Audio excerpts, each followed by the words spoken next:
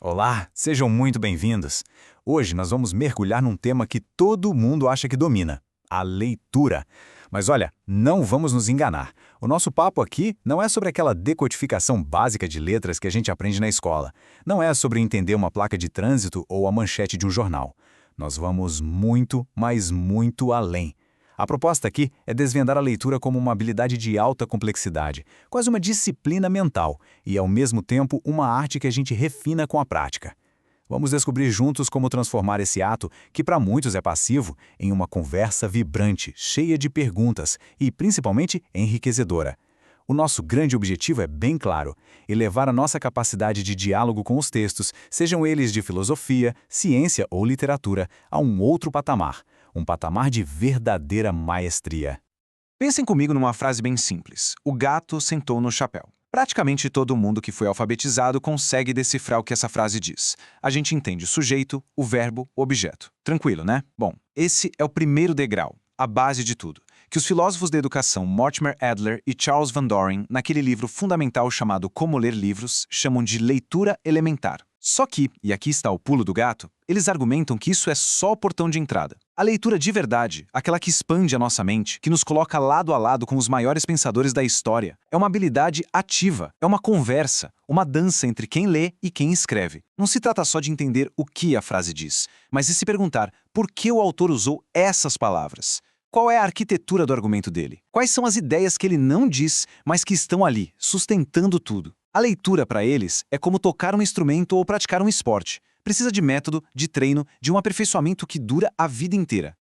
E para guiar a gente nessa jornada intelectual, nós vamos usar duas bússolas. Duas obras que, apesar de terem focos diferentes, se completam de uma forma incrível. A primeira é essa que eu já citei, Como Ler Livros, de Adler e Van Doren. Esse livro vai nos dar o que a gente pode chamar de a ciência da leitura, um método lógico, estruturado, sistemático, para a gente extrair o máximo de qualquer texto. É quase um manual de engenharia reversa para desmontar um argumento. A nossa segunda bússola é Para Ler como um Escritor, da brilhante autora e professora Francine Prose. Ela vai nos oferecer a arte da leitura. Um olhar mais sensível, mais atento para a beleza da construção do texto, para a escolha de cada palavra, para a música de cada frase. Pensem assim: se Adler nos ensina a analisar o esqueleto de uma obra, a Prose nos ensina a apreciar a textura da pele. Juntas, essas duas visões vão nos dar o entendimento completo, nos transformando de meros receptores de informação em participantes ativos e sofisticados dessa grande conversa que atravessa os séculos.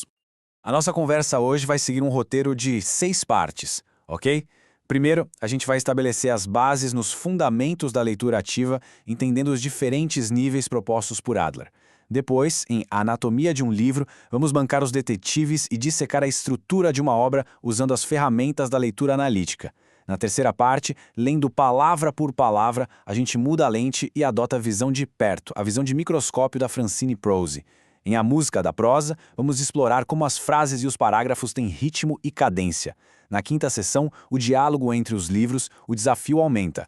Vamos aprender a ler vários livros ao mesmo tempo, construindo uma síntese.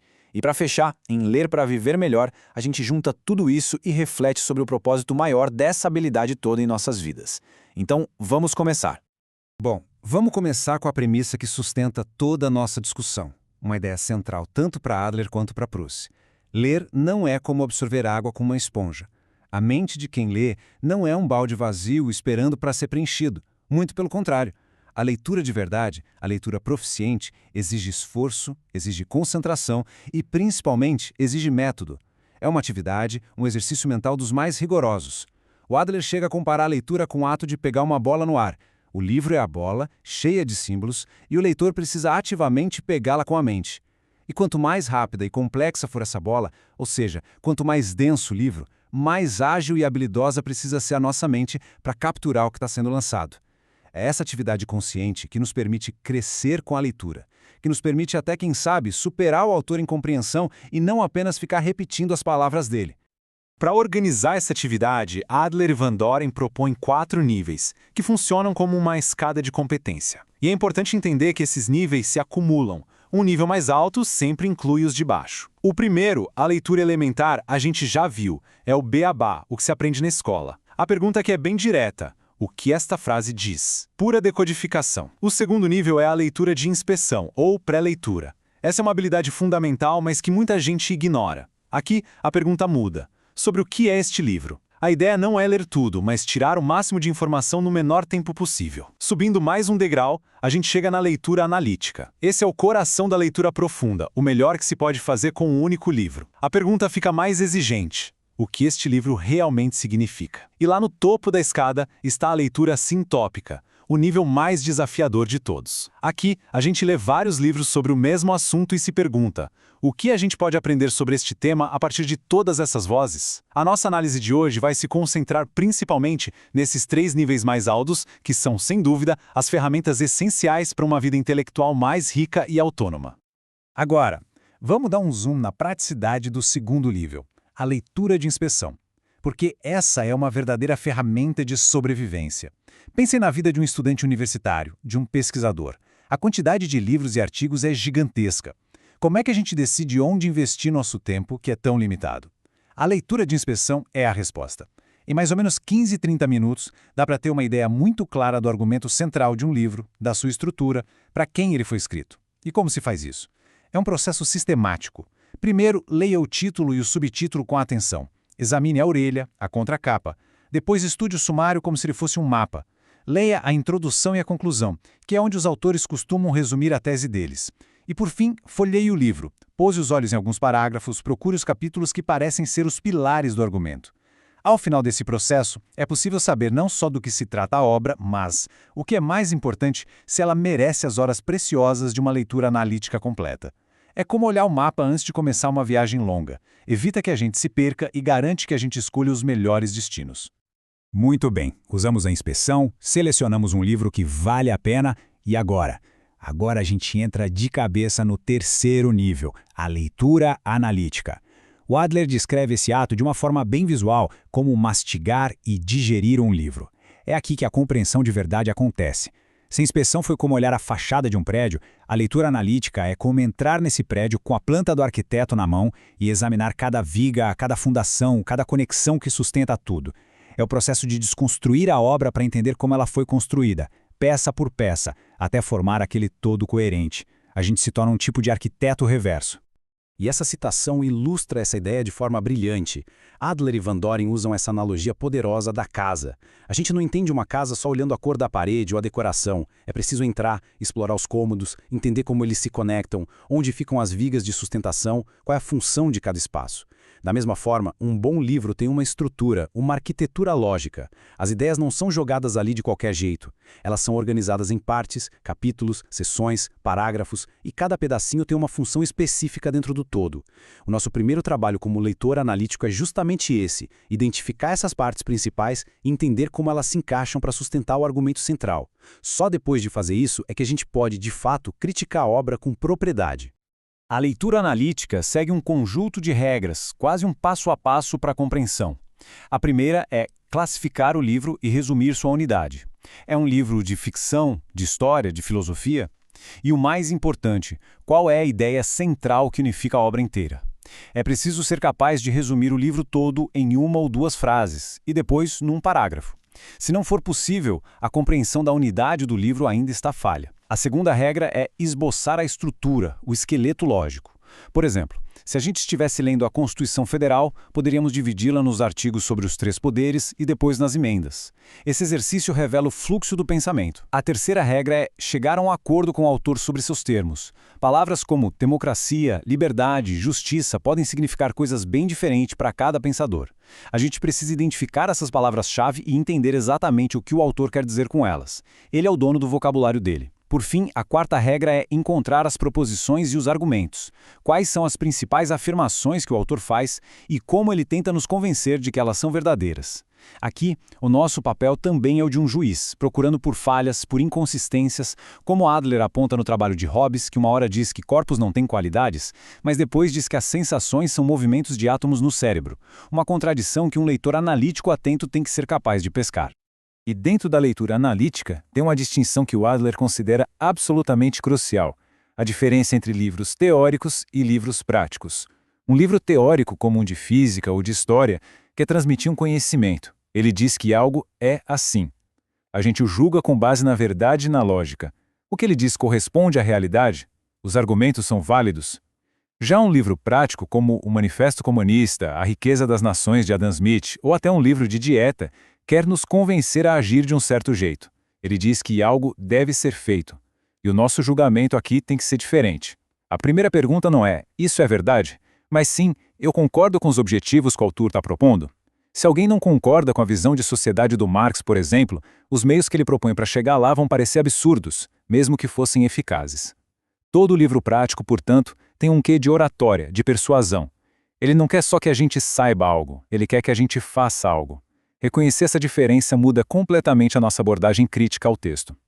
Resumindo essa etapa, então, a leitura analítica é um método poderoso. Ela nos dá uma caixa de ferramentas para desmontar qualquer obra, entender a sua estrutura interna, avaliar a força dos seus argumentos e conversar de igual para igual com o autor. Ela nos tira da plateia e nos coloca no palco, no papel ativo de analistas, de arquitetos reversos. Mas ok, depois de entender a estrutura da casa, a ciência da construção, a gente precisa aprender a apreciar a beleza de cada tijolo. E é para isso que a gente vai mudar a nossa lente agora. Da ciência para a arte da leitura.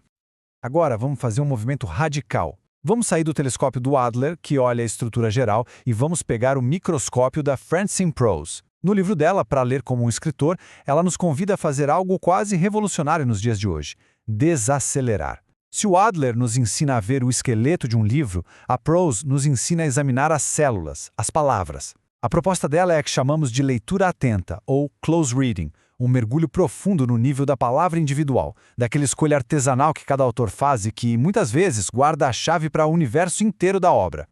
Essa citação da Pruse é um verdadeiro manifesto contra a leitura apressada, aquela que só se preocupa com a trama, com o que acontece depois.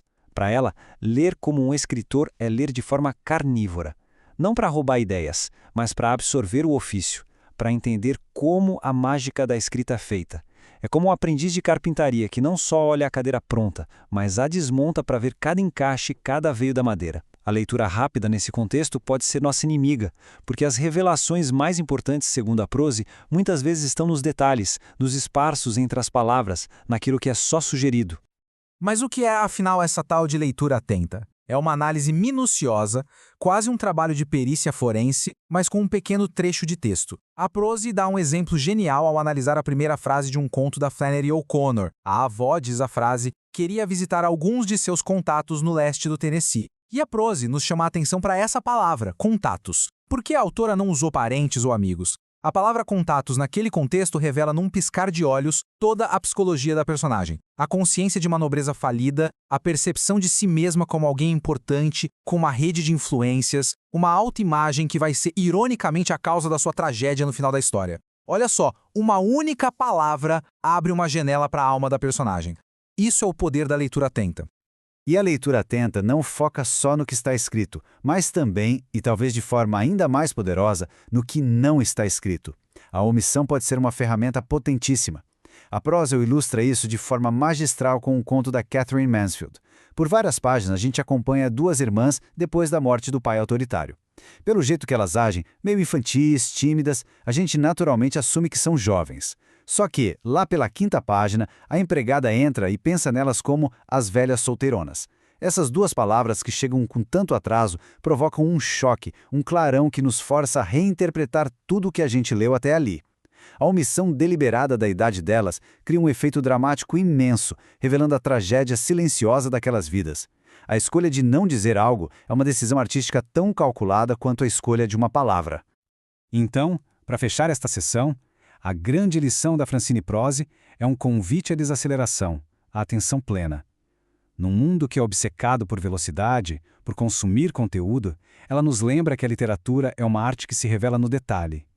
Ler como um escritor é um ato de apreciação profunda, é entender que cada palavra foi escolhida entre dezenas de outras, e que essa escolha carrega um universo de significados. E agora que a gente já dominou a célula do texto, a palavra, estamos prontos para ver como elas se juntam para criar algo ainda mais complexo e belo, a sentença. A gente sobe agora mais um degrau, da palavra para a sentença. E aqui a Francine Prose nos ensina que uma frase não é só um pacote para entregar uma ideia. Ela tem música, tem ritmo, tem cadência. O estilo de uma sentença, se ela é curta e direta como um soco ou longa e sinuosa como um rio, não é um enfeite. É parte do significado. A forma como uma ideia é dita afeta profundamente como a gente a recebe. A estrutura da frase em si já é uma mensagem. A prosa nos convida a ler em voz alta, ou pelo menos a ouvir as palavras na nossa mente, para perceber essa musicalidade. Ela analisa, por exemplo, uma única frase de 130 palavras do ensaísta inglês Dr. Johnson. Parece um pesadelo, né? Mas nas mãos dele, a frase é perfeitamente clara. Sua estrutura complexa imita o próprio processo do pensamento se desdobrando. Da mesma forma, as frases longas e cheias de vírgulas de Virginia Woolf criam a sensação de mergulho no fluxo de consciência das personagens. E em total contraste, as frases curtas e diretas de Ernest Hemingway criam um efeito de urgência, de impacto, de realidade nua e crua. O ponto central é que a estrutura da frase tem um propósito. Uma frase longa não é só enrolação, e uma curta não é só simplicidade. É uma escolha artística, e o leitor atento tem que se perguntar: qual efeito essa estrutura cria em mim? E se a sentença é a melodia, o parágrafo é a respiração do texto. A decisão de onde terminar um parágrafo e começar o outro é uma das ferramentas mais sutis e poderosas do escritor. A quebra de um parágrafo pode mudar o ritmo da leitura, pode criar suspense, pode dar ênfase a uma ideia ou sinalizar uma mudança de foco, quase como um corte de câmera no cinema. A prosa analisa como, no conto Bartleby e o Escrivão, do Melville, a famosa recusa do personagem, acho melhor não, é quase sempre colocada num parágrafo isolado de uma linha só. Isso dá um peso, um silêncio, um poder dramático enorme à frase. E o Grande Gatsby, as quebras de parágrafo acompanham a mudança de olhar do narrador. A paragrafação, minha gente, não é aleatória, é parte da coreografia do texto. E para ninguém achar que isso é só coisa da literatura estrangeira, vamos trazer a discussão para casa. O crítico Ítalo Morricone, no pós-fácil da edição brasileira do livro da Prose, analisa uma crônica do nosso mestre, Carlos Drummond de Andrade. Drummond descreve um casamento desfeito com a expressão tanto verbo conjugado em comum. Como Morricone aponta, o que era vida virou verbo. Isso é de uma genialidade absurda. A escolha de verbo conjugado no lugar de, sei lá, experiências vividas, sugere uma mecanização da vida a dois, uma rotina que virou pura gramática, pura repetição sem sentimento. É um exemplo perfeito de como um mestre brasileiro domina essa arte da palavra e da frase. Chegando ao final desta sessão, a gente começa a ver como as abordagens de Adler e Pross, na verdade, dançam juntas. A análise da casa de Adler não anula a apreciação da beleza dos tijolos de Pross. Uma coisa enriquece a outra. Entender a música da frase e a respiração do parágrafo nos permite não só entender o argumento, mas apreciar como ele foi construído. E agora, equipados com as ferramentas para ler um único livro em profundidade, tanto na sua ciência quanto na sua arte, estamos prontos para o desafio final, a conversa entre os livros. E voltamos a Mortimer Adler e Charles Van Doren para o quarto e último degrau da nossa escada, a leitura sintópica. Esse é o nível mais ativo, mais complexo e, para muitos, o mais recompensador. Aqui, a gente não lê mais um livro isolado. A gente lê sobre um assunto, usando vários livros e autores como fontes. É a habilidade essencial para qualquer pesquisa acadêmica séria, para quem vai escrever uma tese, um artigo, ou simplesmente para quem quer entender de forma profunda um tema complexo como amor, justiça ou democracia. É aqui que o leitor deixa de ser um aluno de um único professor para se tornar o mediador de um grande debate. E a leitura sintópica tem um processo rigoroso. Primeiro, se cria uma bibliografia sobre o tema. Depois, se inspeciona todos os livros para ver quais são realmente relevantes. E então, vem o passo mais difícil e criativo de todos, estabelecer uma terminologia neutra. O que é isso? Significa que a gente não pode se prender à linguagem de um autor só. O amor em Platão não é o mesmo amor em Freud, que não é o mesmo amor para um biólogo evolucionista. O leitor sintópico precisa criar seus próprios termos, neutros, para conseguir comparar as ideias de forma justa. Ele vira o tradutor, o mediador do debate. A partir daí, ele formula perguntas que todos os autores, de um jeito ou de outro, tentam responder. Depois, ele mapeia as respostas, identificando onde eles concordam e, principalmente, onde eles discordam. E, por fim, ele analisa a discussão como um todo, não para achar uma resposta certa, mas para entender a complexidade do debate em si. E aqui está a alma da leitura sintópica. O objetivo não é escolher um lado e torcer por ele. O objetivo é a objetividade dialética, é entender o mapa completo do debate. A verdade sobre um problema complexo, como Adler sugere, raramente está numa única resposta.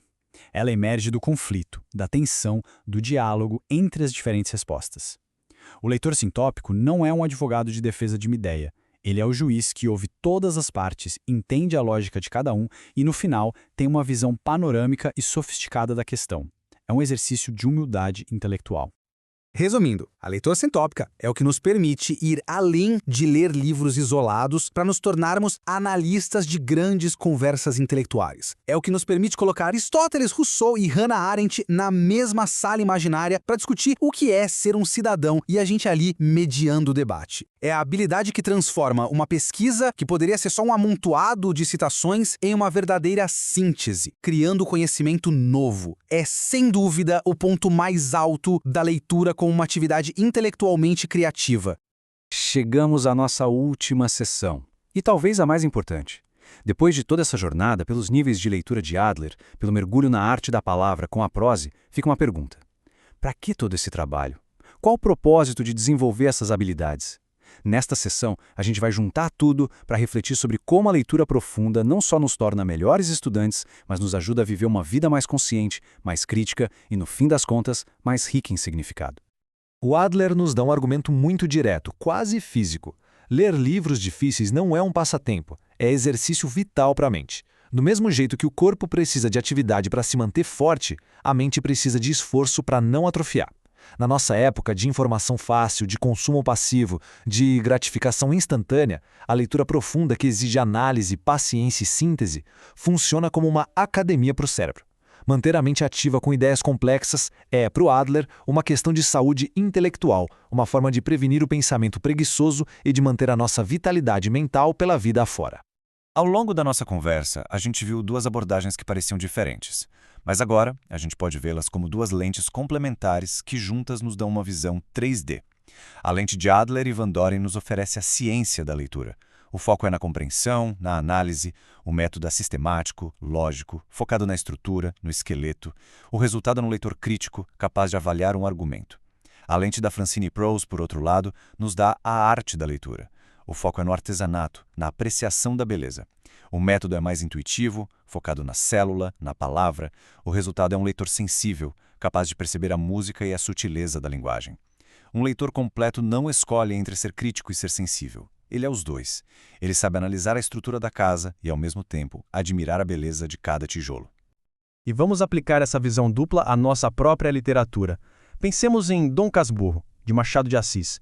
Com a lente de Adler, a gente faz uma leitura analítica do argumento do Bentinho. A gente mapeia as provas dele, as falhas lógicas, tratando o livro quase como um processo judicial. É um exercício de lógica. Com a lente da Prose, porém, a gente desacelera e aprecia o artesanato genial do Machado.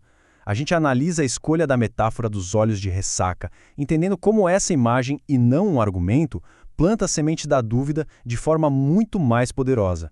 O mesmo vale para São Bernardo, de Graciliano Ramos. Podemos analisar a estrutura da narrativa do Paulo Honório, sua tentativa de se justificar, Adler, e ao mesmo tempo sentir o peso, a secura da prosa dele, a escolha de cada palavra que constrói aquela personalidade trágica, Prose. A união dessas duas leituras nos dá uma compreensão muito mais rica dos nossos clássicos. No fim das contas, o que se ganha ao dominar essas habilidades não é só um conjunto de técnicas. Ganhamos uma nova e mais profunda relação com o conhecimento e com a arte. Ganhamos a capacidade de conversar de forma mais íntima com as obras que moldaram o pensamento humano, entendendo tanto a lógica quanto a beleza delas. Ler bem é um exercício que fortalece a mente, que aguça a sensibilidade e, no final, enriquece a nossa compreensão do mundo, da complexidade humana e, claro, de nós mesmos. Bom, chegamos ao final da nossa jornada. Nós partimos da simples decodificação de uma frase e viajamos por métodos para dissecar a anatomia de um livro, para apreciar a arte em uma única palavra e, finalmente, para analisar o debate contido em bibliotecas inteiras. Vimos que aprender a ler não é algo que acontece uma vez na infância, mas um processo contínuo, uma habilidade que pode e deve ser refinada ao longo de toda a vida. Para a gente consolidar o que conversamos, aqui estão os pontos-chave. Primeiro e mais importante, a leitura é uma habilidade ativa, é treino. Segundo, a leitura analítica de Adler é nossa caixa de ferramentas para desmontar argumentos. Terceiro, a leitura atenta de Prose nos ensina a apreciar a arte em cada palavra. Quarto, a leitura sintótica nos permite entender debates complexos e não só livros isolados. E por fim, dominar tudo isso não é só uma questão de excelência acadêmica, é um caminho para uma vida intelectual mais rica e vibrante. E eu quero terminar com esta citação provocadora da Francine Prose. Nós passamos nosso tempo aprendendo regras e métodos, e eles são ferramentas essenciais, como o músico que aprende as escalas. Mas a grande literatura, a grande filosofia, é muitas vezes criada por aqueles que, depois de dominar as regras, tiveram a coragem e a genialidade de quebrá-las. A leitura nos ensina a estrutura, mas também nos mostra os momentos em que a genialidade vai além dela. Ela nos dá um mapa, mas também nos inspira a explorar os territórios desconhecidos. A verdadeira leitura é sempre um começo, nunca um fim. Ela abre portas para novas ideias, novas sensibilidades, e com as ferramentas que a gente explorou hoje, cada livro na estante se torna um novo convite, um novo desafio. A pergunta que fica no ar então não é apenas o que foi aprendido, mas o que será feito com esse aprendizado. Qual será o livro a ser pego da estante não só para decifrar suas palavras, mas para conversar com ele, para analisá-lo, para apreciar sua arte e, finalmente, para ser lido, de verdade, pela primeira vez? A escolha se apresenta. Obrigado.